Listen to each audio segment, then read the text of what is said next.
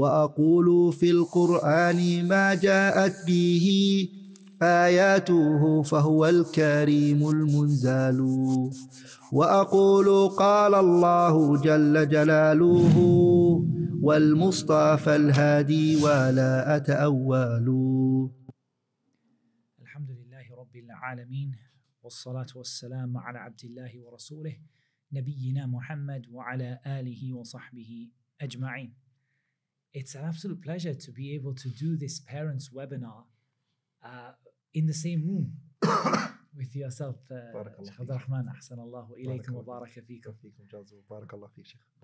We're talking about ulul himma, having high aspirations, and we're talking about high aspirations in the home. So we're addressing parents not only with regard to their children, but also with regard to themselves and the environment within the home being one of high aspirations. And I just thought we'd start. I was looking through the different definitions of high aspirations, and there was one that I really like. I really love it. استصغار ما دون النهاية من معالي الأمور وطلب المراتب السامية. I really like that. To look down on anything which is less than the best that can be done, or the ultimate that you can achieve. To belittle anything which is less than the ultimate that you can achieve in something, and to seek out the status which is a lofty status. That's true. So this is what we wanted to talk to parents about. We're going to give some advice as it relates to their children, as it relates to themselves and the environment in the home. So Sheikh, I'd like to start with yourself if you have some words of advice for the parents in this. BarakAllahu feek. Alhamdulillahi Rabbil Alameen, lahu alhamdu al-hasan wal-thana'u al-jameel, wa ashhadu an la ilaha illa Allah wahdahu la sharika lah, yaqulu al-haqqa wa huwa yahdi as-sabil, wa ashhadu anna Muhammadan abduhu wa rasuluh, sallallahu alayhi wa ala alihi wa ashabihi wa tabi'ina lahum bi ihsanin ila yawm ad-din, amma ba'd. So the term ulul himma, high aspiration, is also the conclusion. Ibn al-Qayyim says, there's a great kitab called Miftahu Dar al-Sa'ada. And the kitab Miftahu Dar al-Sa'ada,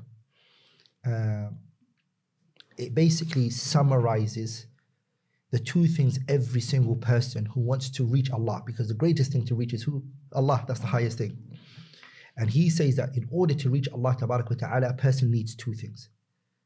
He says, علو الهمة أما همة ترقيه وعلم يبصره ويهديه.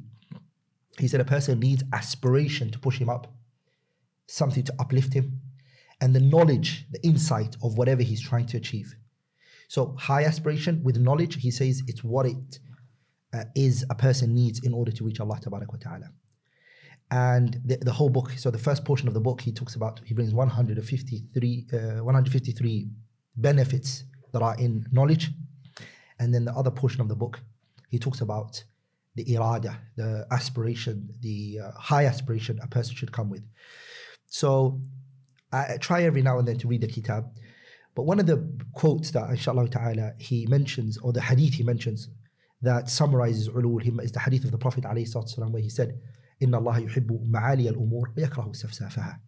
Allah loves the highest of matter, and He subhanahu wa ta'ala dislikes safsafaha. Yani safsafaha means things which are very low.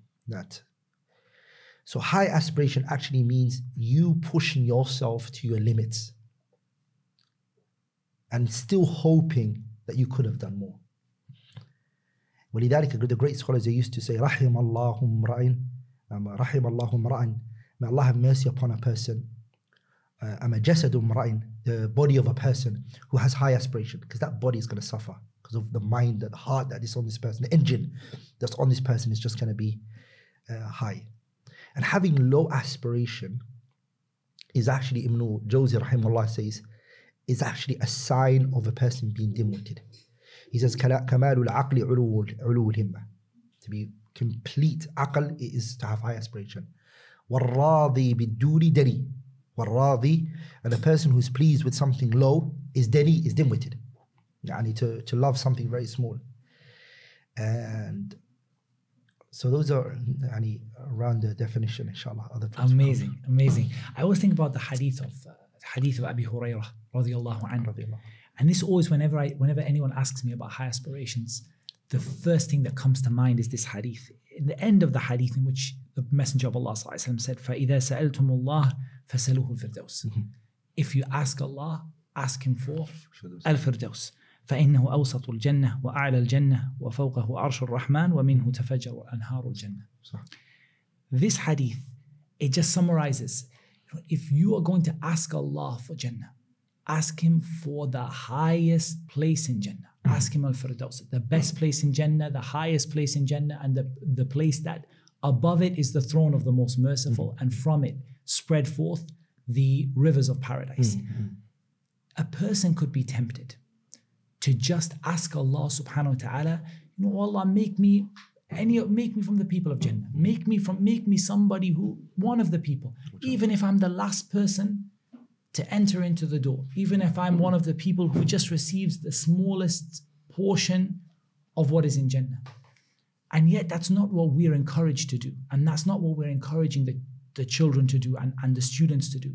We're encouraging them, if you know that Jannah has all of these levels, and the difference between these levels is like the difference between the heavens and the earth, and you know that it is possible for a person to achieve a very high status in paradise, then ask Allah for that, the highest that you can achieve, and don't be content with the lowest that you can achieve. And I think that if we apply that to knowledge and we apply that to the children who are studying, many parents are content for their children just to know the basics, right? Just to know, just to know enough. I'm happy if my child knows the basics of the pillars of Islam and Iman, and they know how to pray, then I'm happy with that. And that's an amazing thing. We're not belittling that at all. It's an amazing thing for a person to know that, and that person could be successful. That's true. And like the Messenger of Allah said, "Aflaha in sadaq." And if that person is truthful, then they could be successful with only that. But if a person can achieve more than that and can see what there is that that child could achieve in the field of knowledge, within the knowledge they could gain, then we're asking them not to be content with the small things that they can achieve, but to set a goal that is very, very high, the best that can be achieved from that child. So I just wanted to take some of your thoughts on that as it relates to the children and as it relates to sort of the parents being content with what is not the best that their child can achieve. It's true. When you mentioned, when the Prophet ﷺ said, if you're going to ask Allah for Jannah, ask him for Jannatul Firdaus.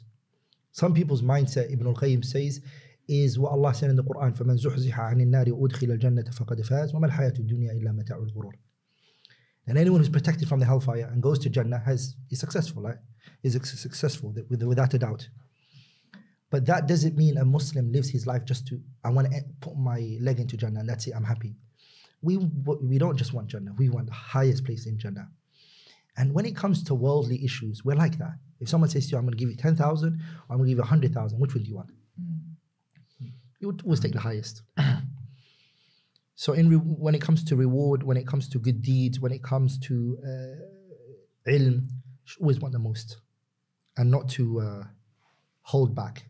One of the ayats that we took in the tafsir of the Qisar al-Mufassal is Surah al-Inshirah, or also known as Surah al-Sharh, or Alam Nashrah.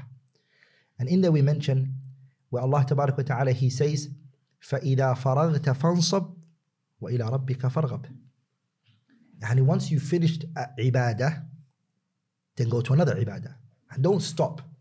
Because you want Allah, right? You want to get closer to Him. So keep going on and on and on. In other words, strive. احرص على ما ينفعك. Strive to that which will benefit you. ولا تعجز, and don't give up. Consistently and continuation and going on and on and on is one of the things, akhi, if you look at it, Sheikh Muhammad, is one of the things that makes a person attain their goal. اطلب ولا تضجر من مطلب. Seek, the poet said, and don't give up in what you're trying to seek. فآفة الطالب أن يضجر. The greatest harm a seeker can be put through is to give up. أما ترى الماء بتكراره. Can you not see the water?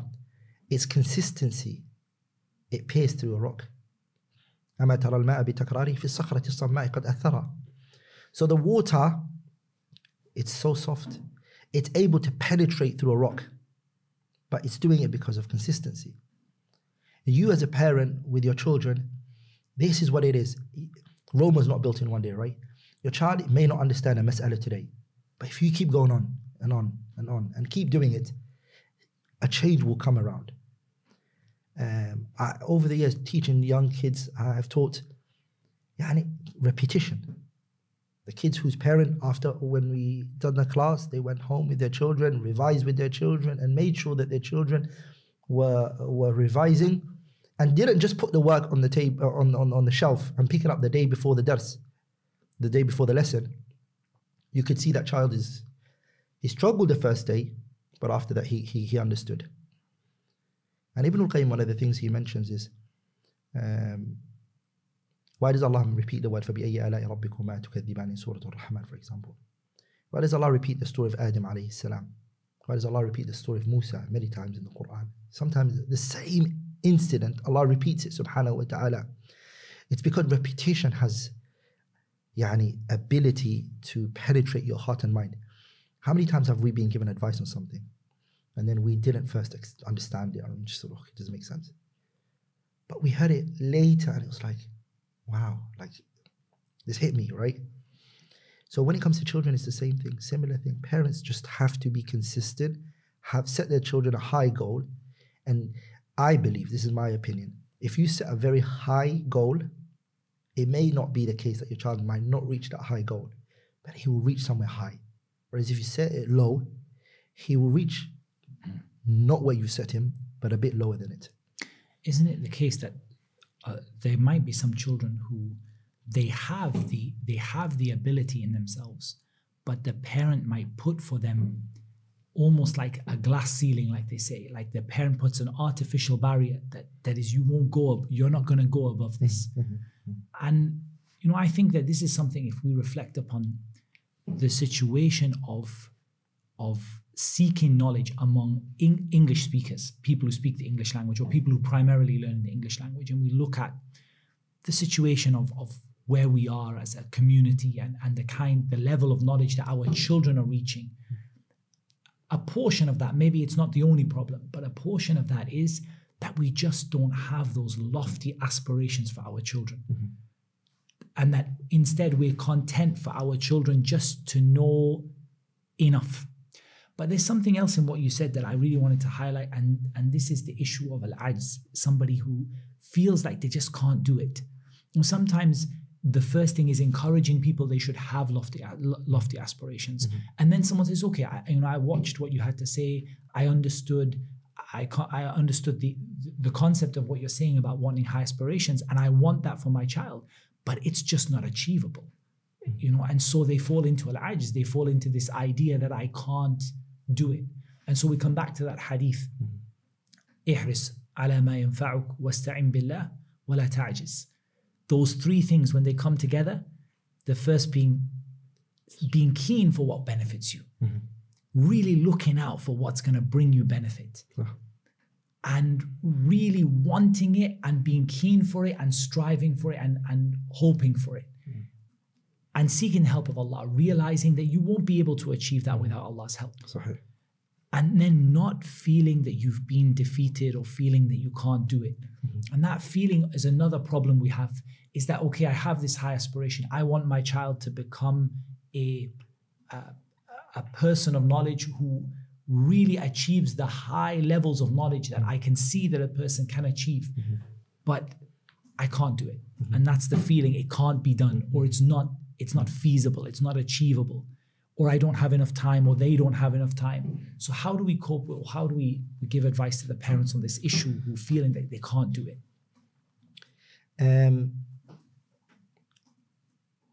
One of the things I feel like is the case is people are looking at people who are similar to their mindset, or they're looking at people who don't really care as much as they might do to their children. For example, you're teaching your children a page a day, for example, Qur'an.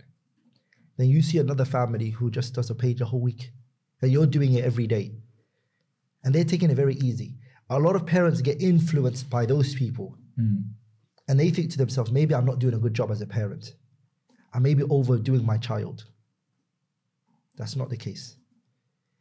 And I ask myself, like, this is a simple question I ask myself. When I look at the Siyar al-Salaf, the stories of the pious predecessors, Sheikh Muhammad, they were born 9 months like we were born.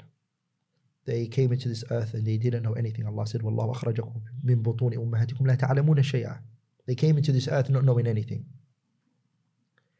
How is it that they reached the level they reached? That's a simple question I ask myself. How? How did Bukhari become the way he became? How did Imam Ahmad become the way he became? Ishaq ibn Rawi. It's a simple question. They're not robots. They're human beings. How are they remembered until today? Their biography, and it's simple. Hard work. It was simple hard work. The poet, he said, لا تعرضن بذكرنا مع ذكرهم ليس الصحيح إذا مشى كالمقعد. Abdullah ibn Mubarak said this. And he don't mention our name next to their name. And he don't ever say our name next to their name. Why can't we mention our name next to their name? It's because they've worked in the dark. They've worked hard. They've put effort and hard work in. And we haven't. We've chosen to relax and sleep and eat the times they didn't. مثلا, let's look at the life of Imam al-Nawawi. And Imam al-Nawawi مثلا says, the time that I hated the most was when I had to eat. This is the time I hate the most. Why does he hate it the most? It's because he thinks this is the time he's going to waste the most. His sister, Nawawi didn't marry. And some of the books of Tarajim I saw that he even said, Nawawi, I forgot to get married. If I was to remember, I would have got married. When you reach age of puberty, the first thing you think about is getting married. Nawawi rahimahullah, look what he said. My sister would crush the food for him. And she'd put it in his mouth. And he would drink water after it. And he would just write. The other day I read Al-Imam Abdullah ibn Mubarak. The food would be put in front of him. And also Bukhari would say the same. And the food would be taken and he wouldn't even know that the food was brought and it was taken. The point I'm taking from all of these incidents is that the parents have to just be truthful with themselves. One thing I'll tell you, it is very hard if you want to make your children learn. Shaykh Timullah, this is the issue. It requires all your time, your energy. It's so tiring. So what we want is our kids to do everything, but that's not the reality. The kid won't do it by himself. He can't. He needs your help. So this is where we have to be strong-minded people and say, you know what? I'm going to have to sit down and read the Qur'an with them. And I'm going to make sure they memorize. Or I'm going to make sure they listen to these classes. And I'm going to make sure they do their homework. And I'm going to make sure I'm going to do whatever is required from me. This will take away from you, Sheikh Muhammad, the time that you're going to socialize with people. It's going to take away from the time that you want to enjoy. That's why I feel a lot of parents, they can't. This is, so they get gadgets for their children and say, look, you just enjoy your time with this. And when you grow older as a parent, Sheikh Tim and me, I grow older, if you've distracted your children with other things or you chose not to spend time with them, I think when you grow older, what's going to happen for you? Are they going to do the same to you? Like what goes around comes around. That's istidrad, me going off topic. The point I'm trying to say is that I've seen it with close family members and I've seen it even with myself. Sometimes it's very hard to sit down with my children and do things with them because I have other things I need to do. Or I just want to relax. Or I just want to sleep. And it's hard. And I remind myself all the time, and I say to myself, this time today you want to cheat your children is going to affect them tomorrow. This day I want to sleep. When I say, you know what, I can't do it, I'm too tired. Or I say, let your mother do this. It will affect them. Now I sit up and I just say, come, let me just do it with you. And this is, I think, one of the high aspirations I'm telling parents to have. Today it's hard, but you're going to reap the efforts tomorrow, inshallah. So there's a couple of things in what you said. The first thing is that reading and coming to know about the biographies of the people who came before, that gives you, I find that's one of the big ways of getting high aspirations. Because when you look at what is available in the world today and what there is to look up to in the world today, it's not like when you're reading those biographies of those people and you see what they achieved and you have that motivation that I want that for myself and for my children. So that was one thing I wanted to emphasize to the parents. I also wanted to talk a little bit about some of the obstacles to high aspirations. And some of the people of knowledge, they mentioned with regard to ulu al-himma, they mentioned that to have high aspirations, you have to leave off the lowly aspirations that prevent you from your goal. And I just thought we could talk a little bit about the things that prevent a person. I mean, for example, they mentioned, the issue of your food, and, the issue of desires, and all of those different things that take a person away from, and we're not even talking about here impermissible, we're talking about permissible things that take you away from your goal. Mm-hmm. And they come in the way of your goal. Mm-hmm. And maybe what do you think are some of the things that maybe the children, the parents see for their children? One thing that comes to my mind is their regular education, their worldly education. I don't like using the word secular, but the worldly education. I say academic. Or then even the religion will be academic. The religion can be academic too. True. But their worldly education. I want to mention a story that I think parents. I remember when I was young, I saw this a lot. I saw my mother make herself a cup of tea, and when she made that cup of tea, she bought it and she wanted to drink it, and she's teaching us. She had a class with us, my mother. So she puts her tea there, and because she's teaching us, the tea gets cold. So she goes up and she warms up the tea. I saw, not once, not twice, wallahi, tons of times, when my mother warmed up one cup 6 or 7 or 8 times. And I thought, and the reason is because she's distracted with teaching us and engaged. My mother, she's not a hafidha who's memorized the entire Qur'an. She's not a talib ilm, student of knowledge, but the little my mother had, the little she had, my mother never held it back. When it comes to tartib al-suwar al-Qur'an, the order of the Qur'an, min Surah al-Baqarah ila Surah al-Nas, the person I learned it from was my mother. She gets the mushaf, she sits down, she looks at this surah, what's next? She goes down, yep, that's right, go. And she has a pack of sweets she got from Lidl. She'll put it next to herself, next to her. And anytime you got it right, she'll give you a sweet. She'll give you a sweet. These things, I could see how tired she is. She took us to school in the morning. She's picked us up from it. She's now sitting down. She's cooked food for us. She's fed us. And now she's sitting down to teach us again. I could see the burden it has on her. I didn't understand it then. I thought it was a burden teaching me. Like I was like, Mom, can let us relax. But the thing I'm looking at is it pays off later. The tartib al-suwar al-Qur'an is one of the things I can't easily forget. The order that the Qur'an is in. It's because of my mother. She drilled that in us. And that's the small that she knew.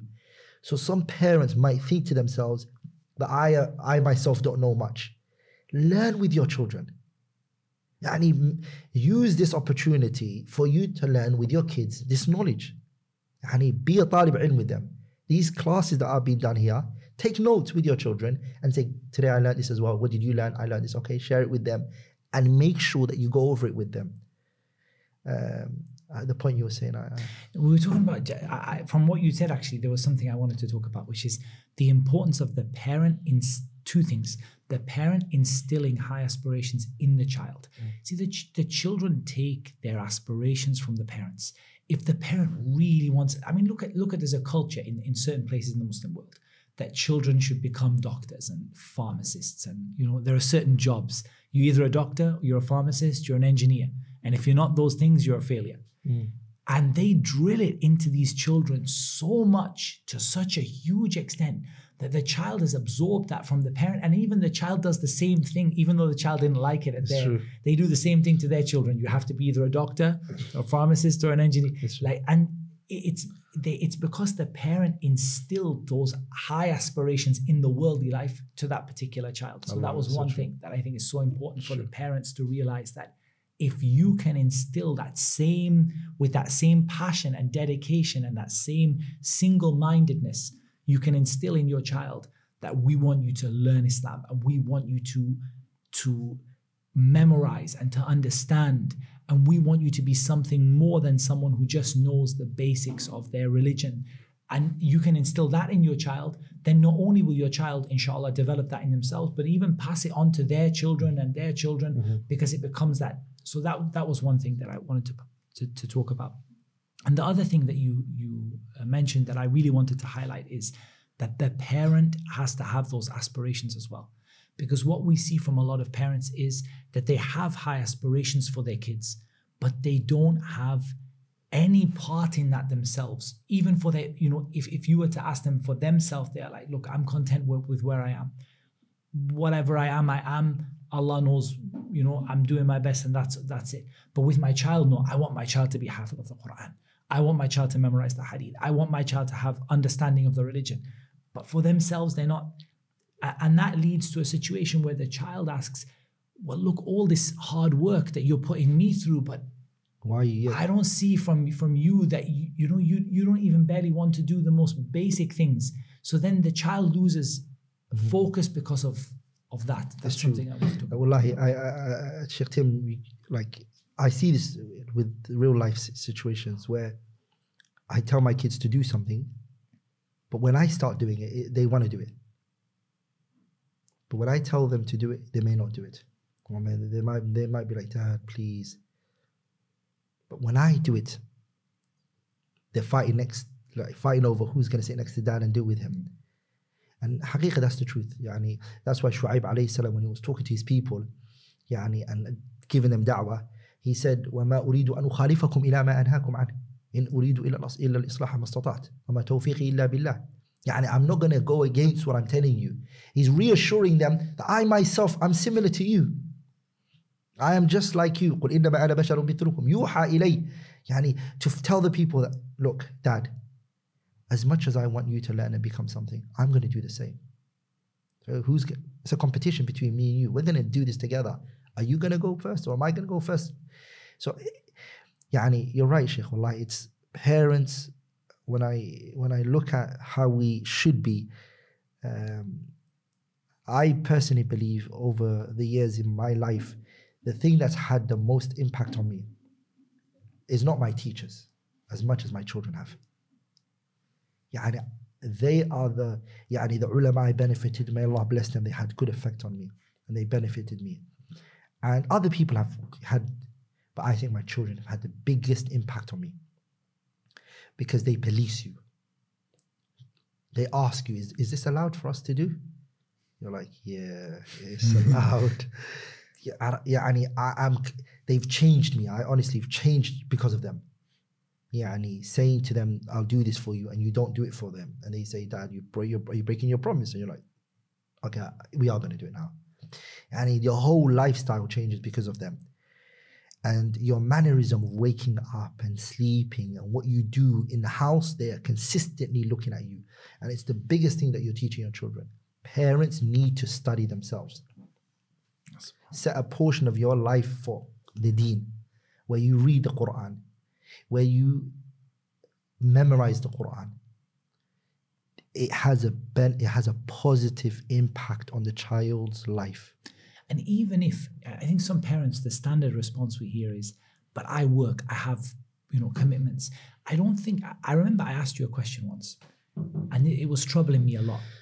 What was troubling me is the idea of giving knowledge everything you have when you only have a little bit to give. Mm-hmm. For example, we read these statements like, if you give knowledge your all, it will give you a piece of it. And if you give knowledge a piece of what you have, it won't give you anything at all. Mm-hmm. We read these kind of statements and we think, but I'm working. I work 8 hours a day, 6 days a week. I have only, an hour here and there.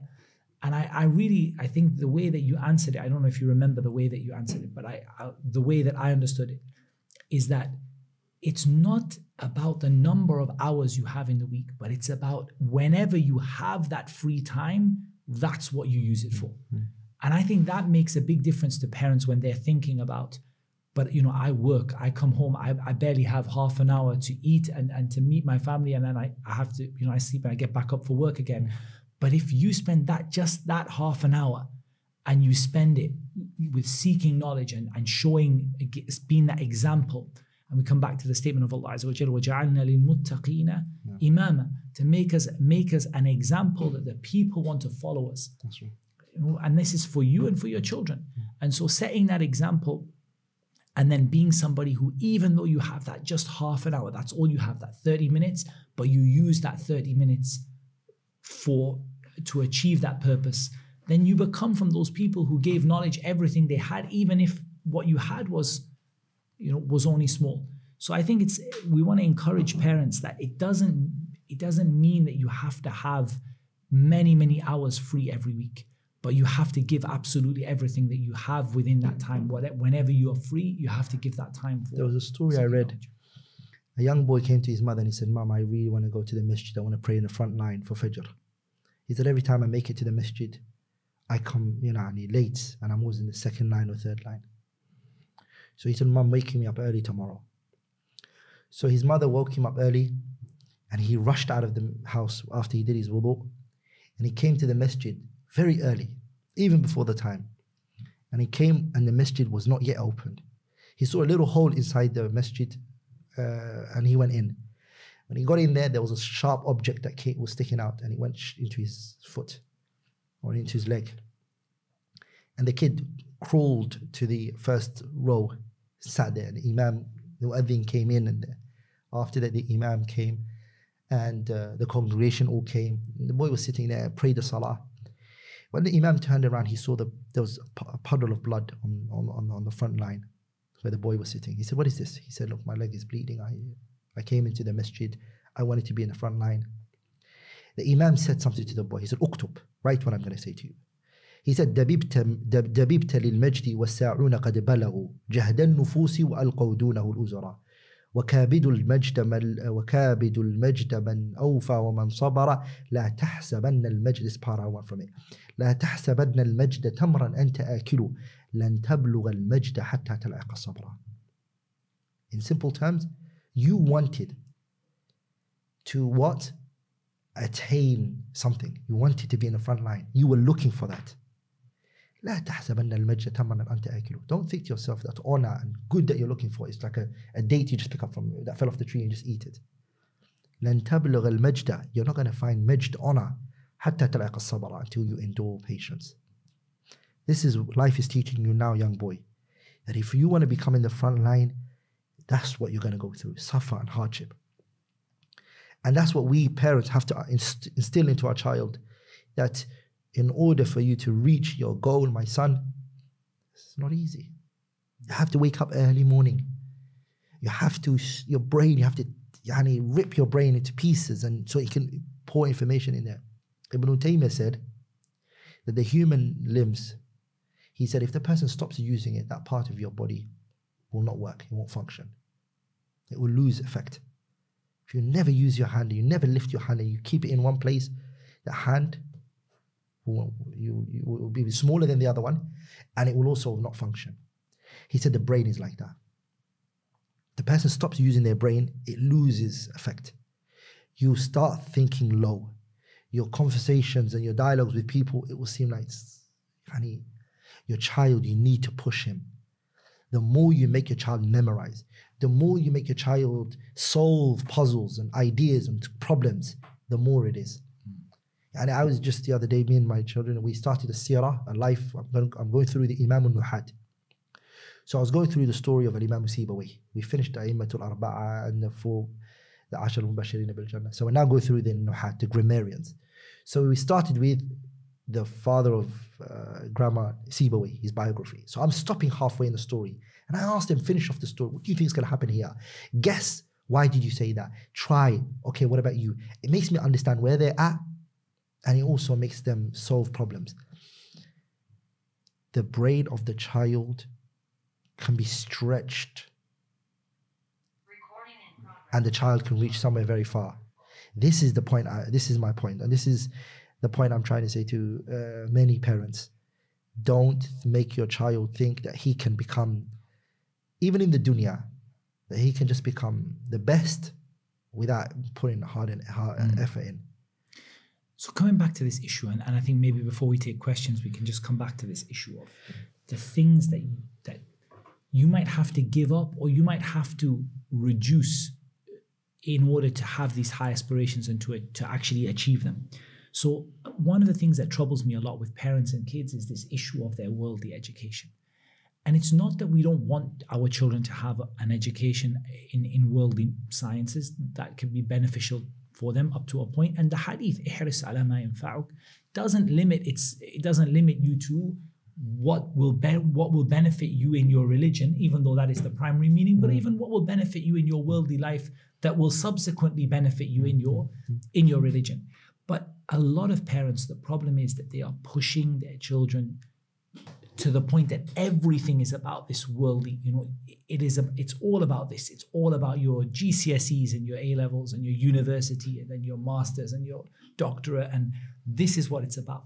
How do we balance between then their desire for having lofty aspirations in their worldly matters, in their children's worldly education? Have you passed your test? Have you studied? Have you revised? And their Islamic education. You see, that's another thing many people misunderstand. Like, the good worldly knowledge is also praiseworthy in our religion.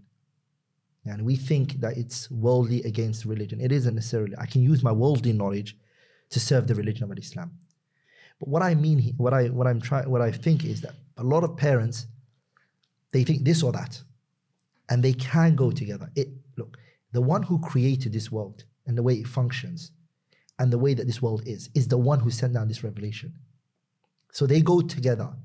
Allah knows that we need rizq and provision. And the way to make provision is, of course, to have a good education. Allah created the universe like that.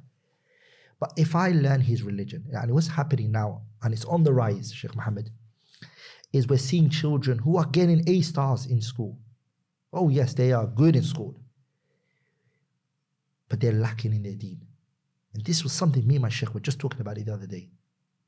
Where kids are doing good in school. But what's happening, Akhi, is that the parents are not realizing that this child, he's becoming good in his academic sciences or his worldly knowledge. And then guess what's happening?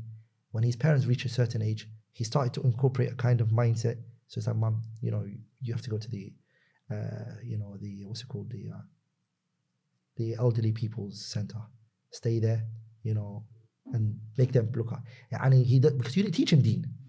You didn't teach this child about the deen of Allah. You didn't nurture him upon the religion. So this child is not going to take care of you because you haven't taught him the basis of the deen.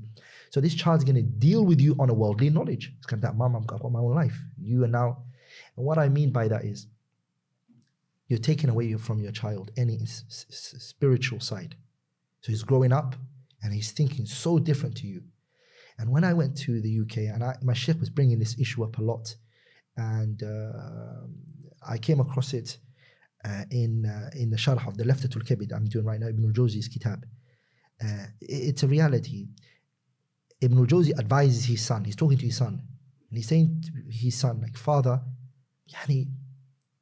bring your leg out of the dunya. Now remember the akhirah and the world. Success really lies here. If your child combines between Islamic knowledge and worldly knowledge, he's going to bring the best of both. He has his deen on his right hand, and he's got his dunya on his left hand. That child's going to love you as a parent because he knows the ayats that speak about the importance of the parents. Not only that, number two, your child is also going to be a abid, a worshipper, one who's close to Allah Tabarak wa Ta'ala. And on top of that, he's got a good qualification and good knowledge. If you just nurture your child and say, do your GCSEs and finish your GCSEs, your A-levels, make sure you do it, your university, make sure you're an engineer or medicine or this and that, and he does it. And then later you see your son not praying and you say, Mom, why are you not praying for? I really think you should understand where the problem really lies, because you put importance on one thing and not the other thing. When I was in the UK, I saw an auntie, she said to me, mashallah, her kids are all educated. Engineers, doctors, and all of that. She looked at me and she said to me, Wallahi, I would do anything if my children could be you. So, Auntie, so kids are like A-star students. Like some of them are consultants in big hospitals in London. Some of them are, she really made me feel like what I had. Like, even though I'm always happy with what I have from the deen, but what she said to me really was amazing. She said, I promise you, all my kids, When I tell people about it, they're like, wow, they get up for me. I wish they could have what you want. And all of it they have, they lose it. And they have what you have. Then I spoke to my auntie. I said, what's the issue, auntie? She goes, when you raise your children for the dunya, they only become the dunya. When you raise them for the akhirah and the religion, there's always a base that brings them back to you. And her children are now westernized, so they go out and every Christmas or Easter, they'll call her on those holidays. So the point is, your children are what you make them. And that's the outcome of what they're going to become. I think on the topic of the worldly life, one thing is really important is to understand that the worldly life exists to serve your religion. And like we said, if you see it that way, and if it's you're saying to the kids, look, do really well in your GCSEs, because inshallah, this can be something that will support you in your religion going forward, whether it's permissible rizq, or whether it's through the fact that these things are basic, fundamental kind of skills that you will need to study your religion anyway. And within your studying of religion are skills that will feed into your worldly sciences. I mean, how many people, you could pick me any doctor, engineer, you find any of them, I don't think you can compare in memorization, not even a tenth, not even 5% of the memorization of someone who is hafid of the Qur'an. Mm-hmm.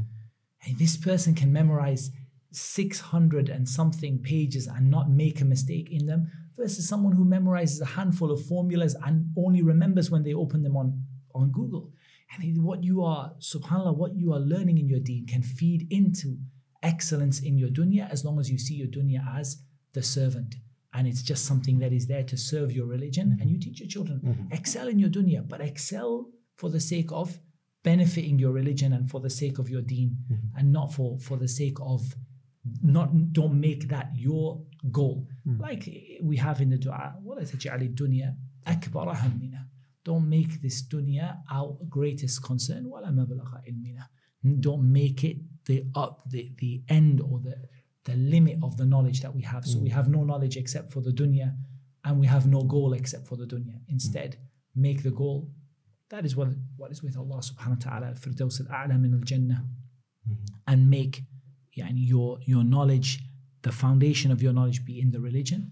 And then after that, whatever you take from the knowledge of the dunya that benefits you in your religion and furthers those goals, there is no harm in that, inshallah. وَلَا تَنْسَ نَصِيبَكَ مِنَ الدُّنْيا. Don't forget, you're allowed to have your portion from the dunya. I think it's maybe a good time, Sheikh, if we can take some questions. Inshallah, yeah, from the parents. We took them for a long time. We had a long discussion. Let's see. The question is, what if we as parents have high aspirations, whereas the children are not serious about the same? Again, as I said, it's part of the nature of the child to not have as high aspiration. It's just how children are aslan. It's natural, it's fine, there's no problem with it.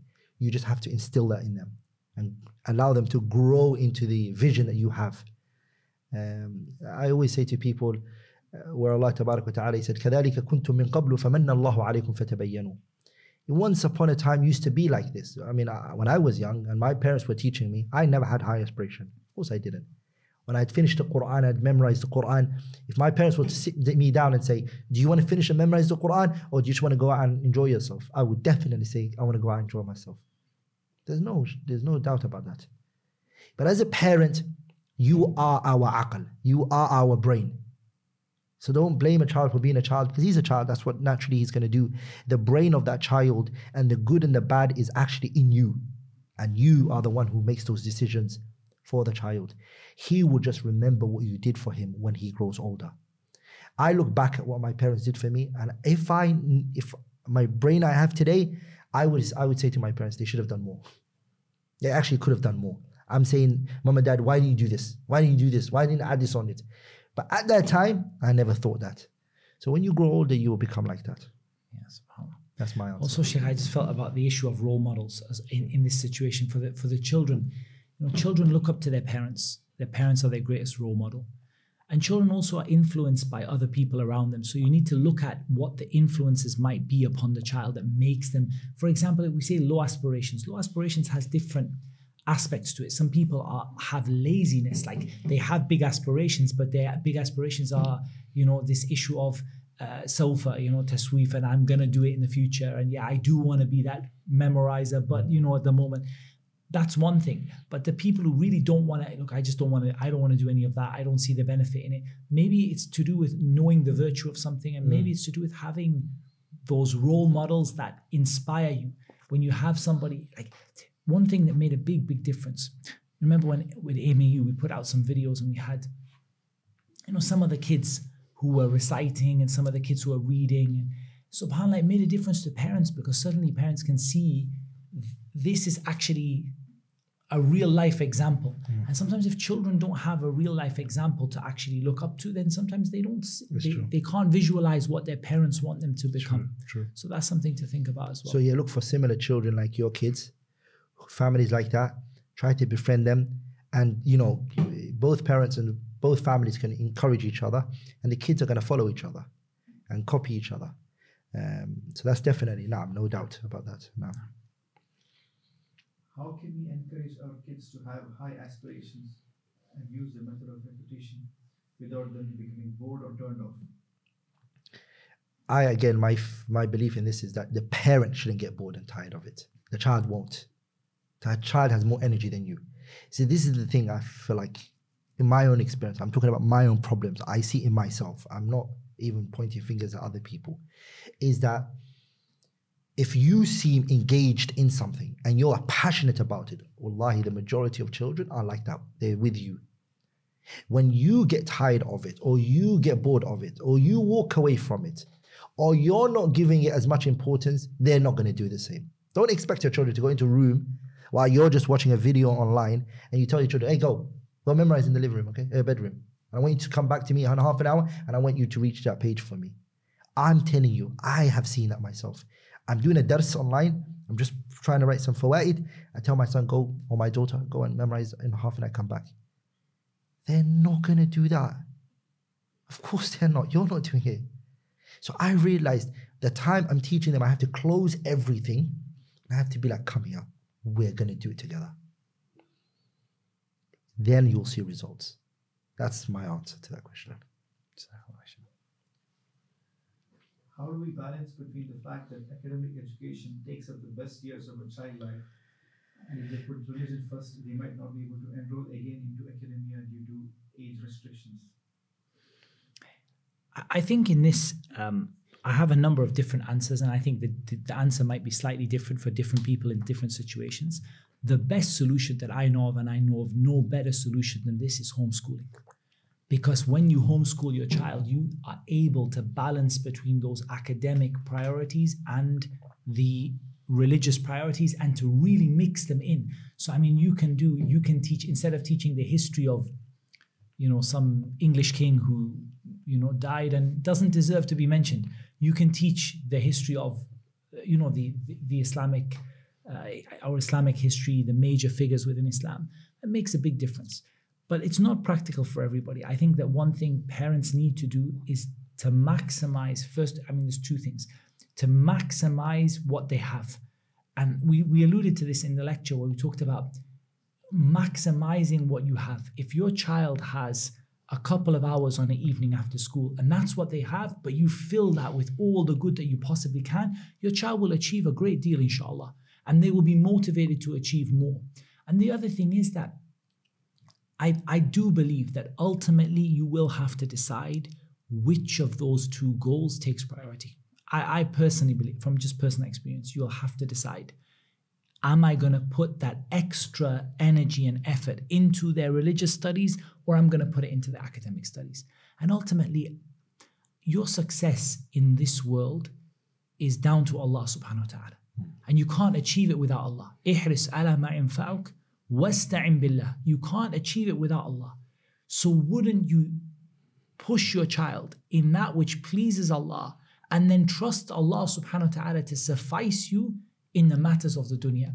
There are many ahadith about that. There is a hadith, and it has some weakness in it, but the meaning of the hadith is, inshallah, correct in the sense that many ahadith are narrated with this kind of meaning. من جعل الهموم هما واحدا هم المعاد كفاه الله هم دنياه وأخرى. That whoever puts their concern into a single concern, the concern of the hereafter, Allah will take care of their concerns in this dunya. And even though that hadith has a weakness in it, but the meaning of it is narrated in many places. This idea that if you put your concern to the akhirah, Allah will take care of your concern in the dunya. And if you allow yourself to be consumed by this dunya, the end of that is destruction in one form or another. And even the ayah supports it in the Qur'an. من أراد الآخرة وسعى لها سعيه وهو مؤمن فأولئك كان سعيهم مشكورا.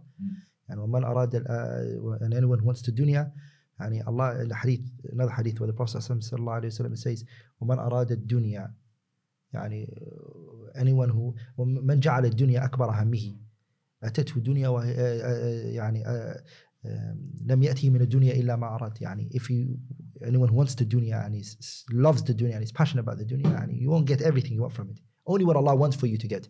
يعني ومن أراد الآخرة, and anyone who wants to have آخرة, ومن هم الآخرة, and anyone whose his aspiration is the آخرة, أتته الدنيا وهي راغبة. The dunya will come to you running, and you're like, I don't want it. Nah, wallah, it's true. Did you have anything to add to that? No, that's the point, mashallah. Jazakallah khairan. Is it okay to force child to learn? I mean, for example, memorize a hadith, then you will get the screen time for an hour or so. Well, according to me, I think that's just, I think it's counterproductive, and what he's memorized he's going to forget straight away because of what he's watching. You're actually destroying what you just did. That half an hour that you just made him memorize is going to go by him watching all of that. Not only that, you're also taking away from the child the concentration span that he could have. Kids who don't watch television have a longer concentration span than those who do. If your child learns fast objects and this and colorful things, of course the Qur'an is not, the Mus'haf is not colorful and it's not fast objects. So the child can't sit for too long. He has a very short concentration span. So I personally, I am against the idea of gadgets when it comes to children, unless he's using that gadget to memorize or read books from it. But to watch things from these gadgets and to allow the child to watch it, I think it's counterproductive. That's my opinion. Sheikh, what kind of, in that case, what kind of rewards would you put for the child for memorizing something? What would be a good example for the parent to replace screen time with something? So me, I'm for the idea of real life activities. Me and you are going to go out there. We're going to go to karate lessons. We're going to go, my children, they go horse classes. So they do, they're equestrians. So they go horse classes. If they do good, they go to their horse ridings. They pay for their classes. They go, they learn. If they don't do good, they know they won't get their horse sessions. So this is good. Your child is swimming classes. It's a good thing. Or we're going to go out as a family and go to somewhere and do something. I think this is the best way to reward the child. Get him even the toys that he has to play those or build things. These are good for his brain and everything. I think that's much better than any gadgets. And just literally, just before I came now, we went to a what's it called, bumpy castle thing. I was exhausted. So we were chasing each other, running after each other. They go into the hole, I bring them out. They pull. Activities like that are physically good for them, and also I get to know my children, their brain and the way they think. And even if they're running slow, and if they're tired, and if their health is not good, much better than watching something. They get a benefit out of those activities, and then also, and it's good for them to tire themselves out a little bit. But then they have the energy to sit down and concentrate, because it's a different sphere, isn't it? Like the physical activity and going out is different from sitting now in front of a book. Whereas sitting in front of a book and then sitting in front of a screen, you're still sitting down stationary, and one of them makes you bored of the other one. And I honestly believe, this is my opinion, and I say to a lot of my family members, I believe you giving a gadget to a child is cheating. You're cheating as a parent. You're cheating those 1 hour. You just, because you're literally not doing it for the child. You're literally doing it for yourself. That's a lot of what the parents are. They're doing it because they want to have 1 hour of just no mommy, or daddy. Because the children, when they don't have these gadgets, they keep calling you dad. They keep complaining about each other. it's fine. This is good growth. That the children are bickering and they're complaining to you and they keep running to you, then giving them gadgets. It's a waste of the child's brain and it's destroying that child. That's my philosophy in this matter, or my belief. I homeschool my kids and I'm thinking of taking a year out to complete their health and focus more on Islamic studies and Arabic. What do you suggest on that? I actually want to ask you, Sheikh, something about this. Do you think it's better if let's give you a scenario of two parents. There's a parent who is thinking of, like the question here, take a year out dedicated to hifth and let's say Islamic studies, or integrating that hifth and Islamic studies over, let's just say the child is studying with you from practically, let's say 8 years they have this education. Do you think it's better to switch focus from time to time between hifth, Islamic studies, and then, a little bit less on that and a little bit more on their dunya-based stuff? Or it's better just to integrate that hifth consistently and continuously across the board? Yeah, it depends on the age of the child. If the child is younger than the age of 9 or 8, I definitely believe that the child should take some time out to memorize the Qur'an. Back home in my country, the child does not go to school unless he's finished the Qur'an. And those are the children who are successful in education, because they learn the discipline of sitting down and they also learn the discipline of memorization. So I personally am for the idea that before the child goes to school, he memorizes and learns the religion, the basics of the religion, and he memorizes as much as he can. Once the child starts school, it's very hard for you to take the child to memorize. It slows the child down and his brain cannot be splitted like that.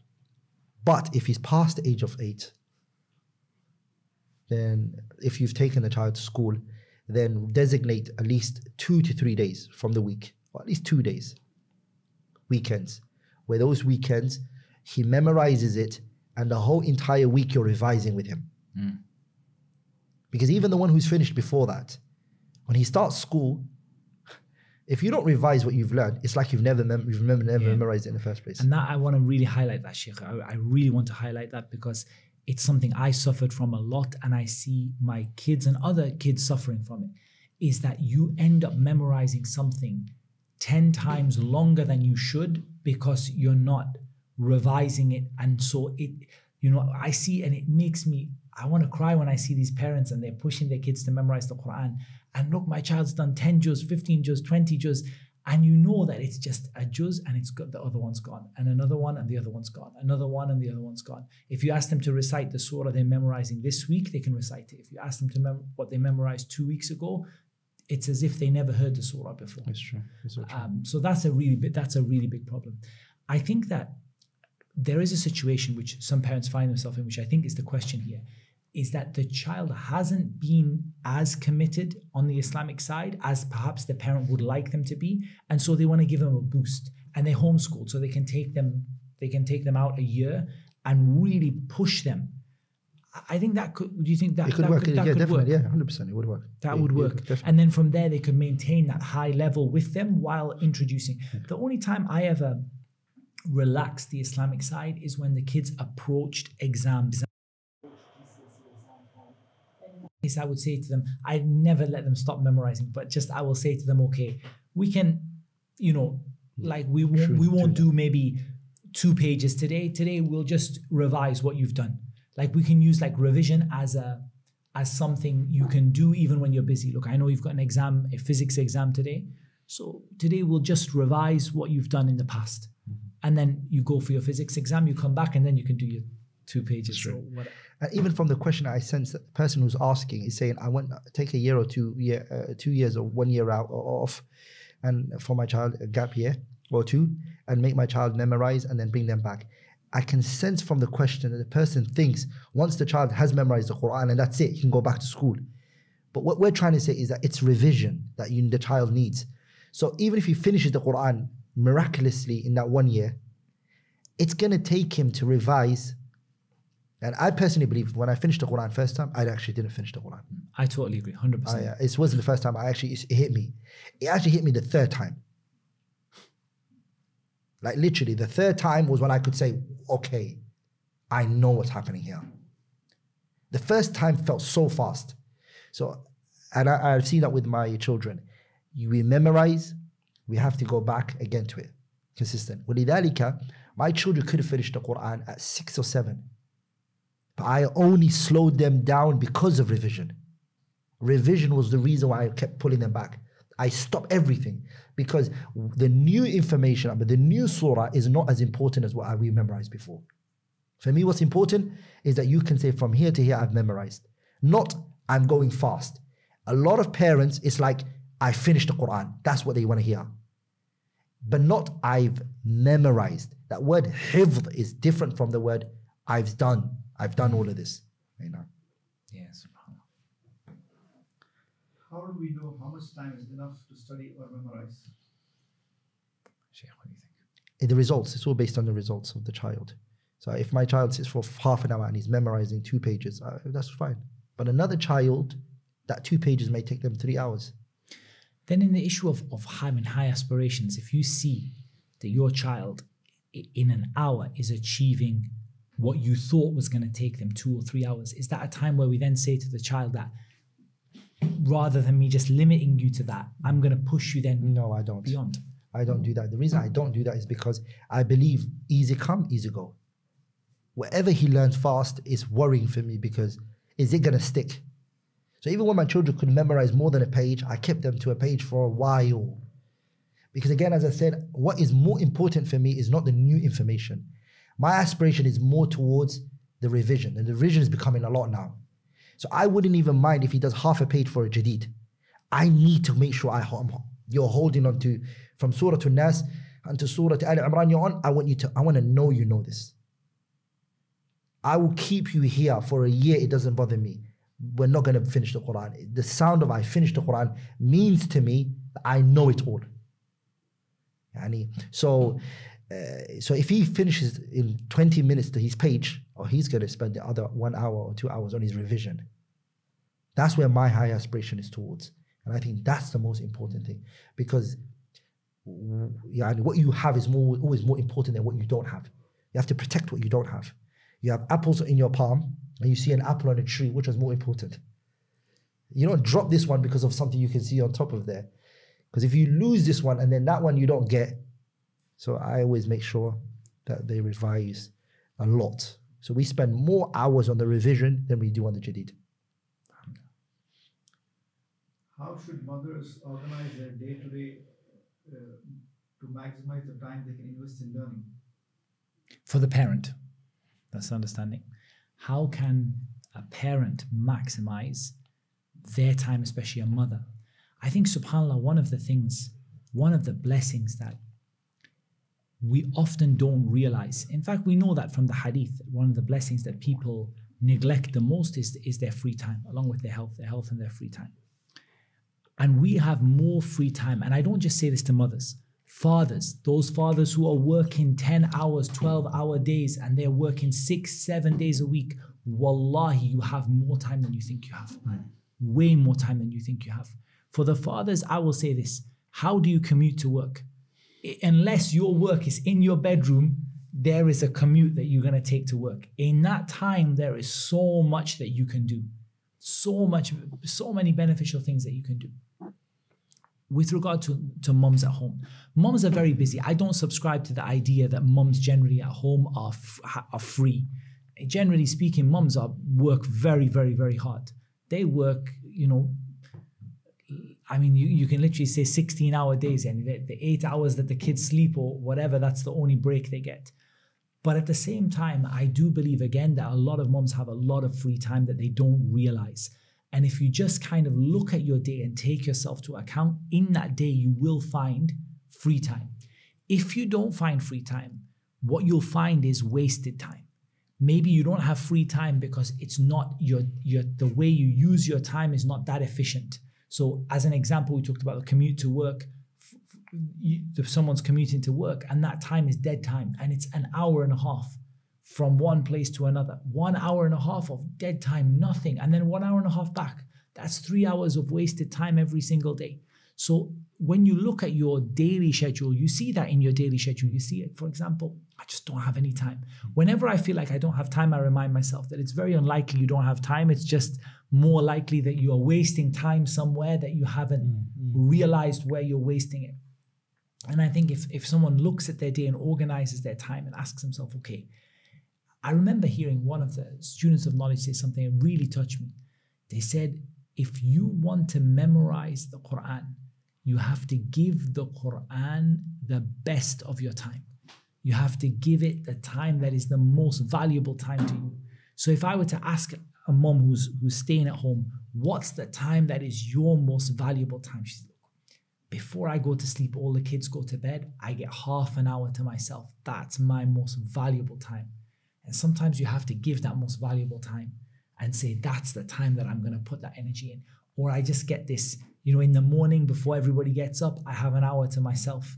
And there's no better time than the morning for me personally. I think the morning, after Fajr, this is a time that there's barakah in that time. But just looking at herself, looking at her diary, looking at where she has free time and using it, and looking at where she can overlap things and bring things together to be more efficient so that she has that time. But ultimately, you have to give something up for that knowledge. Sheikh, what do you think? No, that's true. I believe it. It's also, I think this question also involves the fathers, because a father has to take a lot of responsibility off the mother. So she can sit down and memorize and learn and study. So she's not always looking after the kids. So for example, on the weekend, if the father could just take the kids towards an activity center and she could spend that time do what she needs to do, an hour or 2 hours for her to study. See, the thing is, when the mother learns, it's for your children that she's learning. And the benefit she learns, it'll go towards the children. And on top of that, another thing is, there's two types of learning, methods of learning. While the mother is cooking and she's feeding the children, there's always lectures she can listen to, beneficial reminders. If you're not, sister, not feeding yourself knowledge, you're gonna dehydrate, because you're giving more than you're getting. You have to give yourself a great portion of knowledge, and also you have to have wird, adhkar, because the burden of responsibilities that is on you, sister, if you're not doing virtuous deeds, for example, you're not giving sadaqah, or you're not doing adhkar, or you're not praying voluntary prayers, then it's gonna cause you stress and the burden that's on you. But once you do those things, Allah makes everything easy for you, subhanahu wa ta'ala. What can I do as a parent if my Quran recitation is not perfect while teaching my child? You see, the thing is, Allahumma barik, knowledge has now knocked on our doors. It's available everywhere. There are teachers all over the world that can come on Zoom, male, female. The prices are very small and easy. I think there's many different ways you can learn. There are good teachers that could teach your children online. Teach you, sister, online, by you just getting a set of classes from them and on Zoom, and you learn the Qur'an. Another thing I feel like is the Qur'an teachers teaching your children the Qur'an can also be your children. Sit with your children, get him to teach you the Qur'an, or get her to teach you the Qur'an. So the minute your kids became a student of knowledge, you're also now a student of knowledge. Do it with your children. Sit down and memorize with them. But I believe these online classes that, mashallah, are available, good Arabic teachers and good Qur'an teachers from Egypt, small money that you have to pay, are able to teach your children and also teach you. So when your children read their portion, you read your portion. And don't worry if you get corrected in front of your children. It's an inspiration for them.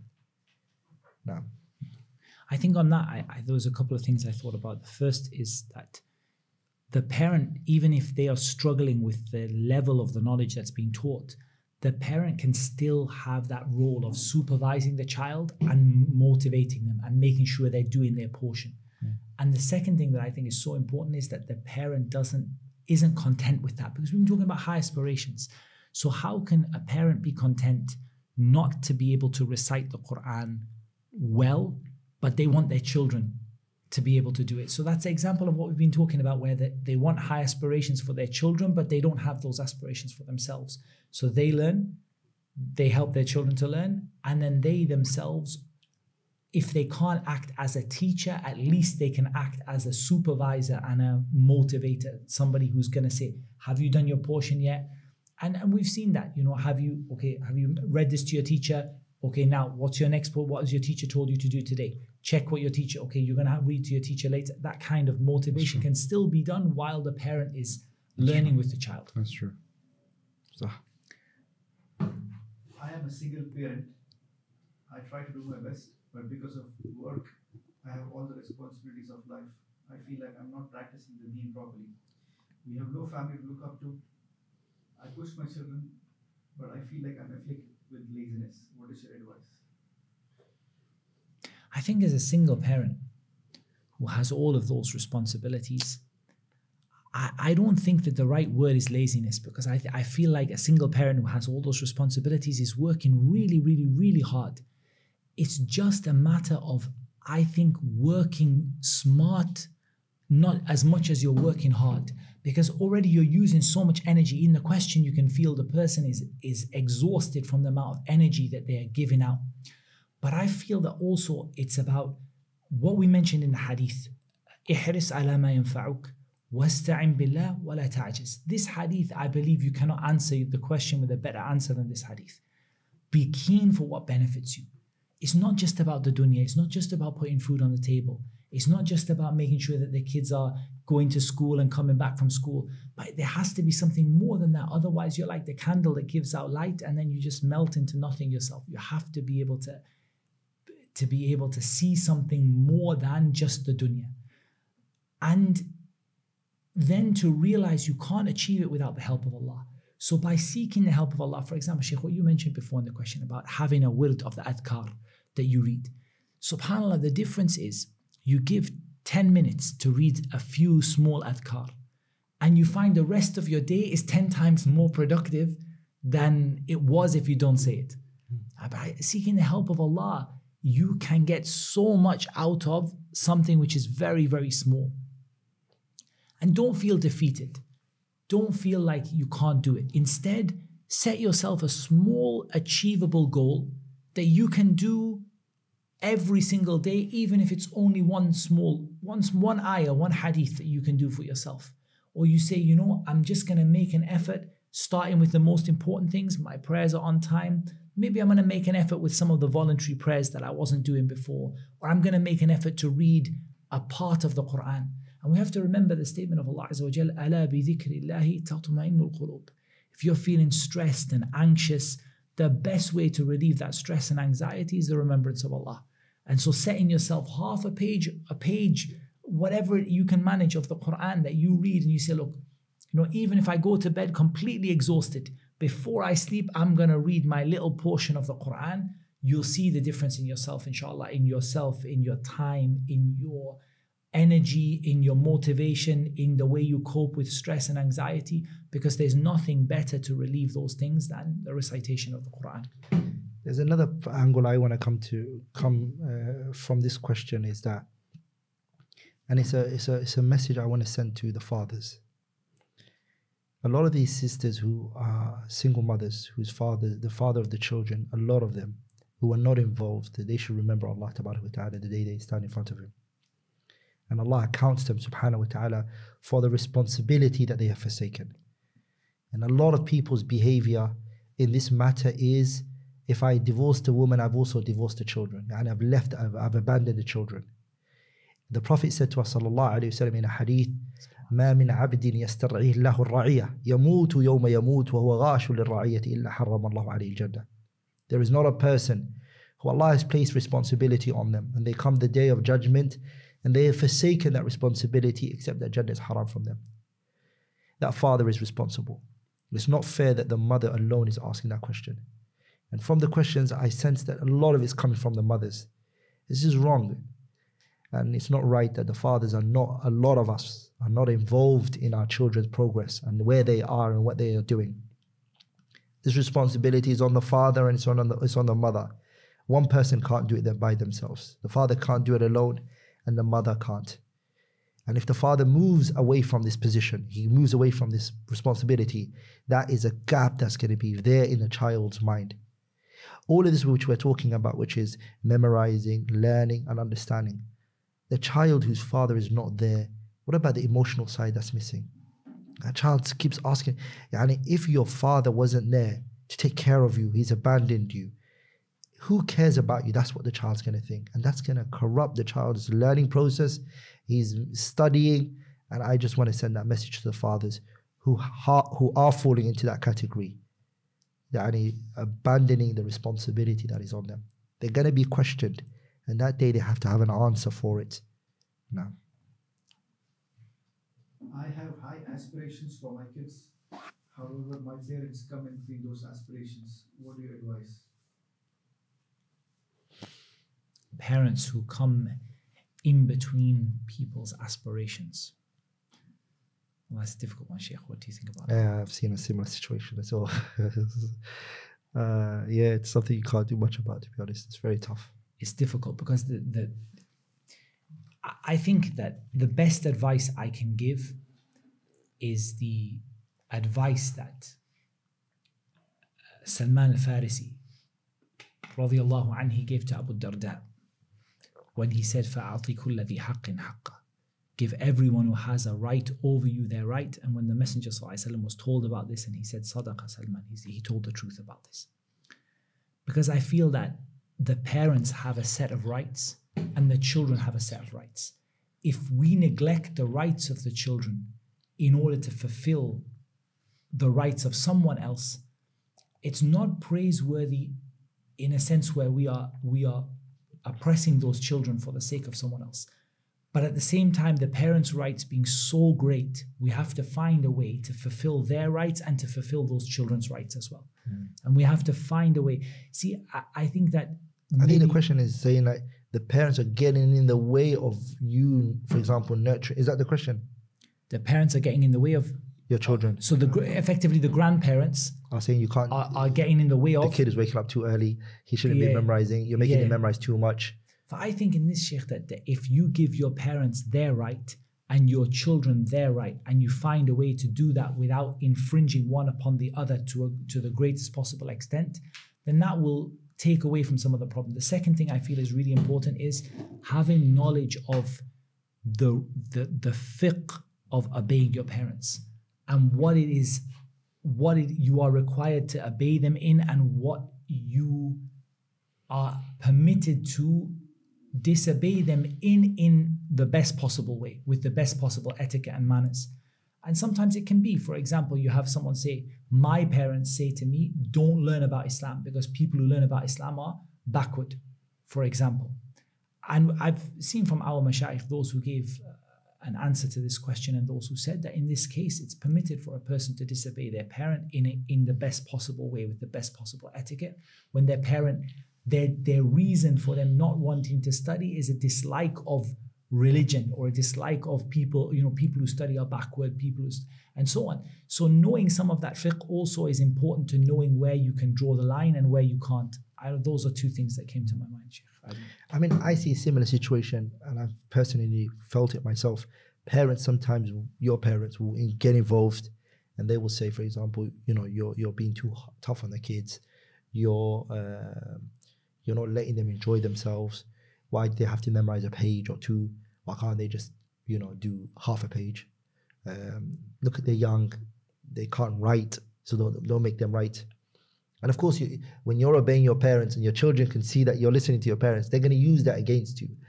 So it's always a tricky thing. But again, I think you have to understand at the end of the day, your parents, disobeying them in front of your children is actually a bigger problem you're teaching your children than what you're trying to make them memorize.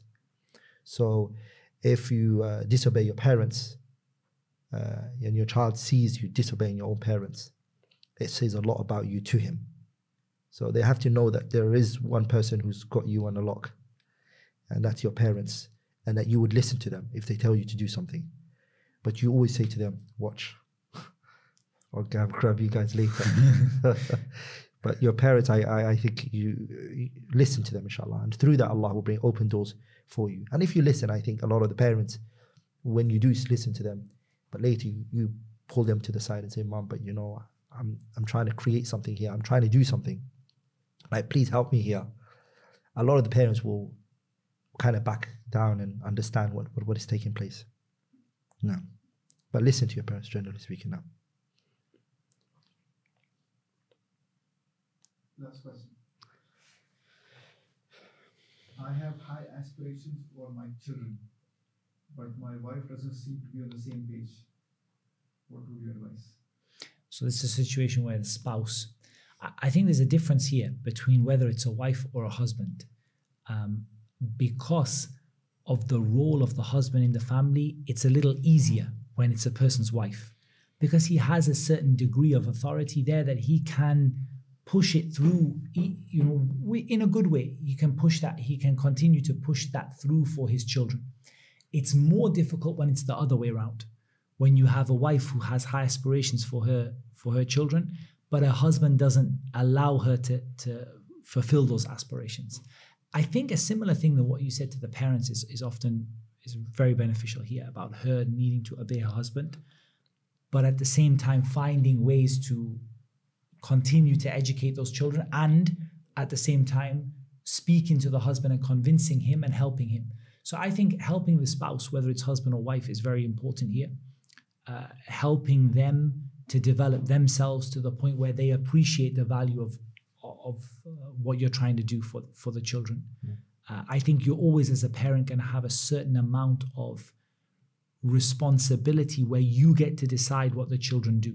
Whether it's a husband or a wife, there's going to be a certain amount of time in the day, in the week, where you're the one who's in charge and nobody's watching over you of what you're doing, and that you can use that time beneficially. What do you think, Sheikh? I also look at it from the perspective of, I generally blame. I don't know, I like blaming. So I was like, I think it goes towards, and if my wife is not as inspired as I am, I would blame myself. I would say, look, I haven't been taking her to the places I'm going to. And I haven't shared the things I'm coming across. So if I'm going to halaqat, I'm going to durus, I'm listening to lectures, I should involve my wife. I say, come, let's go. I'm going to this halaqah today. You want to come with me? Come, let's go. Because what happens is, two people get married, both of them are similar, but then one grows, and that person doesn't grab the other person by the hand. So what happens is that the other person is still at the place you were when they first got married. And they're looking at you now like, hold on, you used to like this about me. You used to do this with me, but I've grown. I don't think that way anymore. And this person hasn't. Sometimes it can be the wife and sometimes it can be the husband. So both parties should grab each other by the hand and push each other to whatever good they're doing. And I think that helps, inshallah ta'ala, in both of them being inspired. Jazakallahu khairan wa barakallahu feek. It's been a really amazing time. I don't think we've done one of these sessions where we've been in the same room together. So it's been an amazing opportunity, and we hope that the parents have benefited from it. So that's all we have time for this particular webinar, the parents webinar that we're doing regularly. We hope that you guys are enjoying the AMAU junior classes. I know a lot of parents are studying along with the kids. A lot of them are benefiting from the classes, alhamdulillah. And inshallah ta'ala, we hope that we've been able to share some beneficial tips for you sort of going forward with your children as we continue to progress through this course. And that's what Allah Azza wa Jal made easy for us to mention, and Allah knows best. Wassalatu wassalamu ala nabiyyina Muhammad wa ala alihi wa sahbihi ajma'in.